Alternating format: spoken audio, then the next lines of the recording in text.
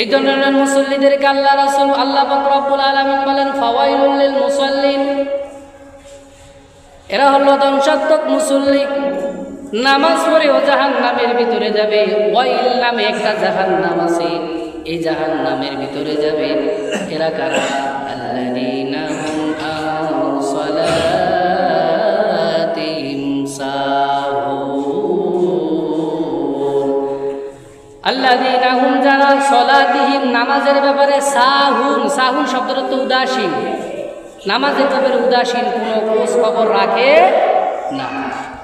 ফজরের সময় হইল বেটকায় ঘুমাইয়া রয়েছে, জোহরের সময় হইল বেটকায় ঘুমাইয়া রয়েছে, আসরের সময় হইল খেলাধুলায় ব্যস্ত, মাগরিবের সময় হইল একটু টুকিটাকি উপস্থিত প্রেজেন্ট হওয়ার জন্য মসজিদে আসে, এসার সময় আবার বেটকায় রয়েছে। এই ভ্যাটকানের জন্য আল্লাহ আপনাকে দুনিয়ার বুকে পাঠায় না। উদ্দেশ্য একটাই, ওমা খালাকতুল জিন্না ওয়াল ইনসা ইল্লা লিয়াবুদুন, আমি বান্দাকে পাঠিয়েছি শুধুমাত্র আমি আল্লাহর ইবাদত করার জন্য।